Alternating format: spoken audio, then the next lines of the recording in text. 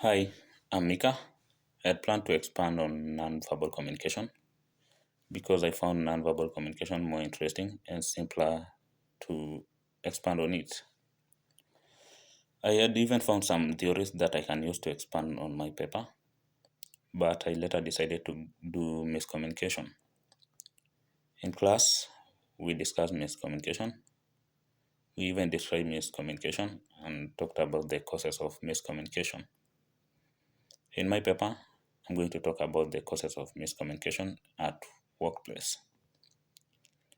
Number one cause of miscommunication at workplace is one-way communication.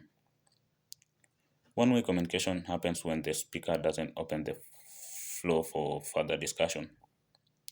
As we all know, discussing topics and differences is important to cultivate a warm work environment. If the speaker isn't allowing for comments or just suggestion, most people will feel invalidated, and this will cause negative effect to the company. Number two is demoralized staff. We all know if the staff are demoralized, there will be low productivity rate. This can be fixed because prevention is always better than cure. In a department that thrives on apathy, there is a higher chance of miscommunication. This miscommunication might be affecting the quality of work and their personal lives. Employees spend most of their time in the office, so ensure they are well taken care of. Number three, negative reinforcement. Negative reinforcement is one of the most problematic causes of miscommunication because it breeds a toxic work environment. Number four, it's limited feedback. When it comes to a professional environment, feedback is what makes employees learn how to be the best version of themselves. On the other hand, limiting the feedback to just a few words on baseless criticism will demoralize employees as they aren't even given any instructions on how to be better at their jobs. That said, feedback is not about spoon feeding information, it's about turning comments and ideas into an actionable improvement plan. Number five, lack of context. When in the workplace, context is a must. Any reports, analysis, and even guides are useless when taken out of context.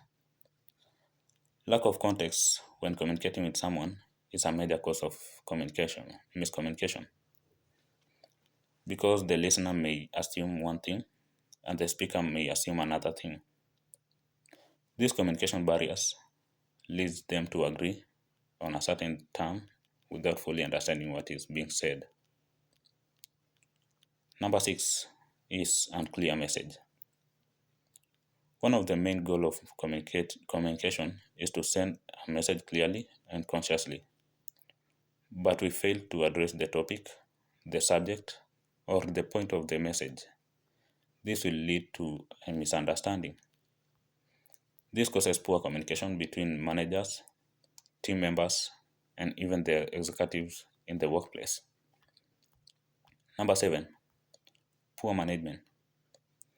Poor management system will not only affect the employees, but even the managers. Poor angry administration are common reason why employees exit their company. Another part was about the process of communication chat, where my information affects.